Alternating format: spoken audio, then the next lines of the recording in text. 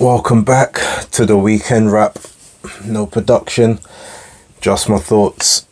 This is going to be a bit of a different weekend wrap to usual because there was no boxing of consequence that anyone here would particularly know or care about, minus I guess Serrano Green against Olivia Curry, Amanda Serrano against Heather Hardy 2, and then you had the sort of, I guess, the boxing debut of Nate Diaz against Jake Paul. There was another DAZN card that was on Friday night, which was actually a really good card. So if you've got DAZN, feel free to have a look at it. It was an American card, some pretty decent matches on there. But I don't really want to talk too much about the boxing this weekend, to be honest. It's a bit of a sore subject for me in some aspects. Really quickly, I'm very shocked that I'd never seen Olivia Curry fight previously for middleweight. She's registered as on BoxRec, but she was up at super middle facing Serrano Green, so I was expecting that to be another KO for Serrano, but Olivia Curry went the distance. Not only went the distance, but made it competitive, especially down the back stretch of the fight. She's tough. There was one round, I think it was round 5 or round 6, where right at the end of the round she was really hurt, on wobbly legs, ready to go, and I think she managed to basically just survive till the end of the round, got through it, and then just recovered in the corner and subsequently was fine, and yeah, basically saw out the rest of the fight. So it was a good test. I guess it was a good 10 rounds for Serrano before her mandated fight against Savannah Marshall, as I'm sure that's supposed to be the next one up, so we'll see what happens there. Amanda Serrano went 10 with Heather Hardy. Now, I'm not going to lie, I expected Amanda to get the stoppage here purely because, you know, Heather hasn't made 126 pounds in like 4 years. She's 41 now. Now, look, Amanda's no young woman either, and she's got a lot of miles on the clock herself, but, you know, just Heather not having to make that weight for 4 years and getting down to it, and even the emotion that she showed at the weigh-in, just getting down to that weight, started crying and everything's like, you know, just overwhelmed that she managed to do it and that she was still able to go there. I just expected, yeah, that you're just gonna eventually just get ground down, so I was predicting around about 7-8 in terms of a stoppage, and there was times when, to be honest, it looked like that could have potentially happened from what I saw. But she basically just gritted her teeth, and then right in the 10th round, it's almost like the both of them hugged at the start of the round and decided we're just going to swing it out and see who survives. And that's literally what happened in the 10th round. So that was quite entertaining from that aspect. I've tried to watch the Paul Diaz fight a couple times. I was travelling down, back down from sort of Manchester area. So I wasn't paying attention to it, and I kept kind of falling asleep, and I'm not going to bother go back and rewatch it. I know Jake Paul dropped Nate Diaz, I think, in round 6 or round 7, but Diaz went the distance, Jake Paul won on the cards. Yeah, that's all it really is. So, but the reason I guess I kind of want to sort of bring up this video is, obviously, is I was in Manchester watching the Manchester United versus Lens friendly game, and I get an email come through from Matchroom saying that Dillian Whyte has shown up an adverse analytical finding in one of his VADA tests, and they said, oh, it was announced today, being the sort of the 5th of August when this happened. So I did my little reaction video, the short, which you guys have probably seen, and I said, look, I'll talk about it later on. I was going to do a proper video and just sort of put it out there, but I thought, actually, you know what, because we don't really know any of the details, I don't really want to just dedicate a video or a segment to it at this point. That being said, Dillian put out a statement, you know, along the lines of, you know, I'm devastated that this has basically come against me, and I'm also, you know, devastated that the fight has just been called without me being able to prove, you know, my innocence in what's gone on. Now, that part I get, but also it's a week away. So if you quote unquote get given a week to protest your innocence or whatever, if you are found guilty next week, well, the fight card still needs to go ahead, or whatever's going to happen needs to happen. So in this instance, yes, it makes sense to have just pulled him out and said, you know what, we'll find either another replacement, or we'll just take that off the card, give back whatever refunds we need to give back, and just deal with the rest of the card at hand, or try and find another opponent. Now, look, I said yesterday, and I'm maintaining, until I get further information, I am not going to pass full judgment on this. Whether or not I believe Dillian is, dirty, intentionally cheated, or whatnot, I'm going to wait. I generally wait with most people when it comes to this. Now, there is an issue where people say, oh, there's a pattern of behavior here, because this is the third time, and some people say, oh, this is the third time he's now failed a test. Well, actually, no, that's incorrect. He's only failed one test officially, right? This is the third time there's been some form of adverse finding. So the first one, everyone I'm sure knows about, the Jack 3D thing in 2012, right? It was a big thing because a lot of people got caught when Jack 3D ended up getting put on the banned list. It was like put on the banned list 3 or 4 weeks at one point. Basically, for anyone who doesn't know, I'm gonna keep this one brief. It was put on there was a supplement, or a substance, within it, that was put on the banned list about 4 weeks before a test that Dillian was having, or it was just before a fight that he was due to have, and he tested positive for trace amounts of this supplement. And based on that, even though UKAD and I guess the board agreed that yes, it has only just recently come on the banned list, they still felt that there was enough of the supplement within his body to, uphold the ban. Now, initially, I think the ban was supposed to be 4 years, but they dropped it to 2 years based on the knowledge that it had recently just been put on the list. So they said, well, it's still in your system, but we understand that blah blah blah.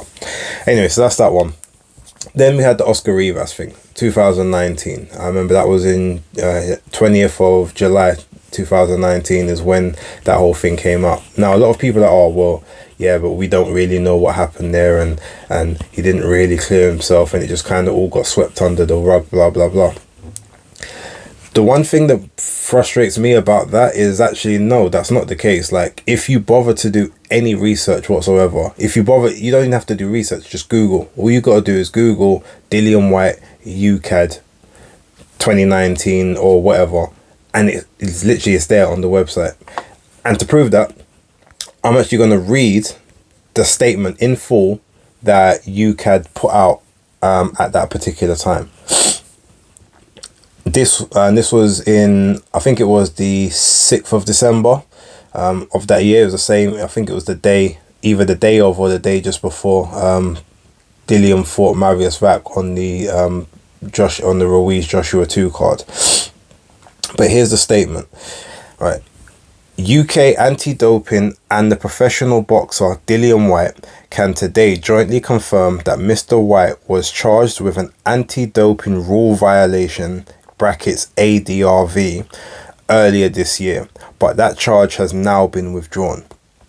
The charge was brought after a sample provided by Mr. Whyte on 20th of June 2019 indicated the presence of 2 metabolites of a steroid. UKAD initiated an investigation with which Mr. Whyte fully cooperated. UKAD has accepted the explanation provided by Mr. Whyte and, in accordance with the UK anti-doping rules, the charge against Mr. Whyte has been withdrawn. This would ordinarily mean that UKAD would not make any public statement in accordance with the applicable confidentiality rules to which UKAD is subject. However, since certain confidential information relating to this matter, brackets, including the fact of the initial charge, has unfortunately made its way into the public domain, UCAD and Mr. Whyte have agreed to take the unusual step of releasing the following limited information to put an end to the speculation concerning Mr. Whyte's status. Case details. In respect of Mr. Whyte's drug testing results, the following points are relevant. There is nothing in Mr. Whyte's longitudinal urinary profile to suggest that he has used steroids. The levels of metabolites found in Mr. Whyte's 20th of June 2019 sample were extremely low. Mr. Whyte had provided a urine sample to VADA on the 17th of June 2019, i.e. 3 days before his 20th of June 2019 sample, which was tested by a WADA accredited laboratory and which returned a negative result, including for the metabolites in question. Mr. Whyte provided several other doping control samples to UCAD and VADA between the 20th of June and the 20th of July 2019, in brackets, i.e. the date of his fight with Oscar Rivas, close brackets, all of which also tested negative. In light of the above points, the trace amounts of metabolites found in the 20th of June 2019 sample are consistent with an isolated contamination event, and they are not suggestive of doping. Having rigorously scrutinized and investigated the detailed factual and scientific evidence provided by Mr. Whyte, UCAD is satisfied that the presence of the very low amounts of metabolites in his 20th of June 2019 sample was not caused by any fault, negligence, or wrongdoing on Mr. Whyte's part, and, given the circumstances, could not have affected the fight between Mr. Whyte and Mr. Rivas on the 20th of July 2019. Indeed, prior to that fight, an independent tribunal considered a number of the above factors before deciding to permit Mr. Whyte to participate. Following the preliminary ruling, UCAD continued its investigation and Mr. Whyte provided further evidence in his defense, which has culminated in UCAD's decision to withdraw the charge. Mr. Whyte acknowledges that, based on the test results reported to UCAD following relating to his 20th of June 2019 sample, UCAD acted in accordance with the UK anti-doping rules by issuing the initial charge and in the conduct of its investigation. Pursuant to the terms of the UK National Anti-Doping Policy, UCAD must always act in the interest of justice and not solely for the purpose of obtaining determinations adverse to the athletes. In the present case, UCAD considers that means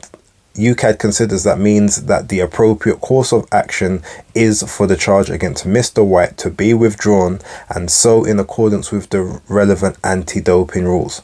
The British Boxing Board of Control, having delegated responsibility for anti-doping matters to UCAD, has been informed of the resolution of these proceedings against Mr. Whyte.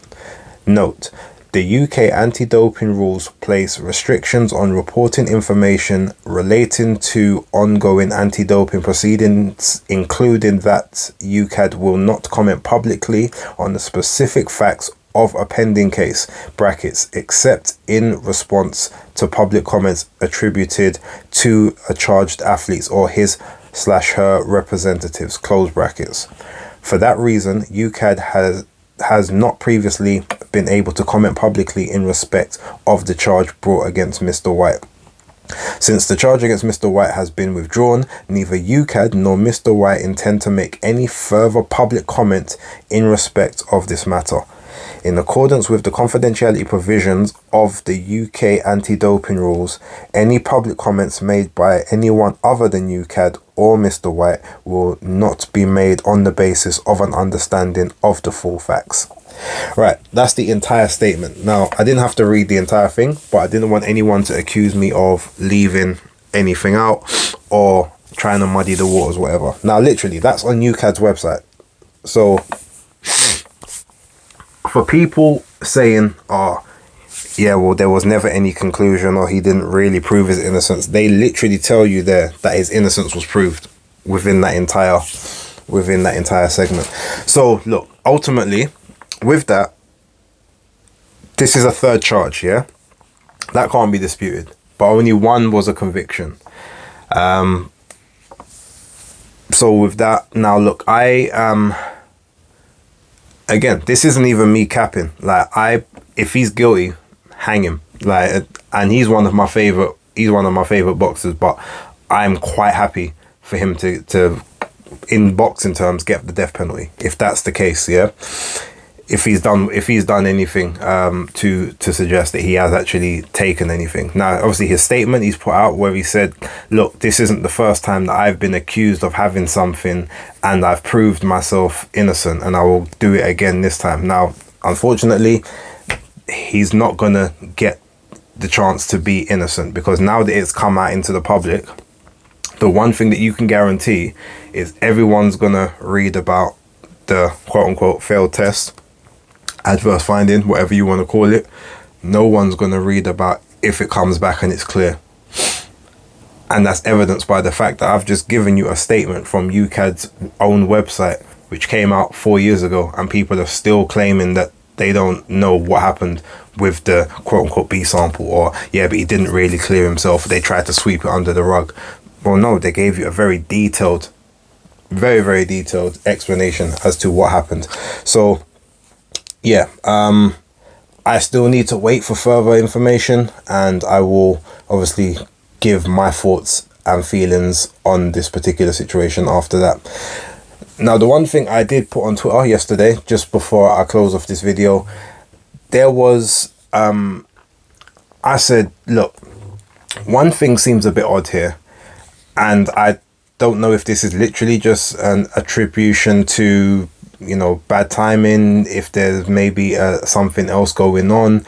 But in the UK, Matchroom tried to have 2 pay-per-view events, both ironically as well at the O2 Arena. I don't know if that has any relevance, but they've only attempted to put on 2 DAZN pay-per-view events. Now, DAZN have had several other pay-per-views, KSI pay-per-views, Jake Paul's and America's. They've had pay-per-views over there as well. But in the UK, they've only attempted 2, and they've not had any success with either of them. And both of them have come down to a VADA, quote-unquote, a VADA test, like stopping one of their fighters in the main events to get cancelled. You had Conor Benn, and you had Dillian Whyte. Now, Conor Benn, he's now cleared to fight, subject to an appeals process by the BBBOC or UKAD if they so decide that they want to go down that route. I think they've got about 14 days left to make that decision. But he cleared a year and a half later. He's been cleared to fight, so to speak. Now, this one, same thing with Dillian. Now, if he gets cleared as well on this particular occasion, and again, it's shown to be that some kind of either contamination or there was nothing really in the system, or B sample, blah blah blah, then I have to question, why are these DAZN pay-per-views specifically being popped? Because there's no one that's getting popped by UKAD or VADA in any of the small shows, you know, like the Next Gens or the ones that are happening in Nottingham or Sheffield, Manchester, etc., Birmingham. So why is it just these pay-per-view ones that they can't seem to get a pay-per-view event over the line? Your guess is as good as mine. I just want to kind of leave that one out there. There's more that I kind of want to say on that, but again, until I get further information, it's not really something I'm prepared to put on the statement and on wax. But to me, that seems a little bit dodgy. If there was others in between, I could say, yeah, cool, that makes sense. But only your pay-per-view events are getting flagged with someone failing a test. Like, it's a bit nuts. But look, yeah, ultimately, like I was having a good week. I was having even a good weekend. Like, United won 3-1, so big ups to them. I was even watching SummerSlam on the drive back home rather than watching the Jake Paul card, because, well, one of them to me was free, the other one was going to cost me £15. I couldn't really bother to pay it. This weekend, I guess I've saved myself another pay-per-view money, because I can almost guarantee that if Anthony Joshua does get a a replacement opponent. I can't see them putting it on pay-per-view unless it's Filip Hrgović. There's no way you can keep it on pay-per-view. Even if you was to put Derek Chisora in the main event, you can't put Chisora AJ on pay-per-view. Not after sort of the last situation with Tyson Fury. It just can't be done, and I don't know how you can justify it. I mean, I funnily enough said I reckon AJ would be off the card, and just Chisora versus Washington will end up being the main event, and obviously just refund whatever tickets you need to refund. But if they do put Hrgović in the main event, cool. Yep, I'm still purchase the pay-per-view. The event itself, I'm sure they was oversubscribed for accreditations before, but with this happening, I'm pretty sure a lot of people would have withdrawn their accreditation requests now. So maybe I might end up at the show next week, but we'll see what happens. But yeah, look, I'm gonna leave it there. I've got a party to go to. I'm shattered, but I enjoy a good day party, so I'm gonna go get ready for that. I'm gonna leave this here. I'm gonna wait for further context, further information, and you guys kind of let me know what you think below. But yeah, the one thing I want is obviously due process to come out. If Dillian's guilty, like I said, death penalty, hang him, whatever. Give him the opportunity to prove whether he is innocent or not. And he's not failed 2 tests previously. He failed one and was cleared of the other charge, as I've just read the very lengthy statement for you to see. So for whatever that's worth, I hope that gives clarity to some people watching. But yeah, I'm gonna be out, so thank you very much. That's the weekend wrapped up, and I will catch you on the next one. Peace.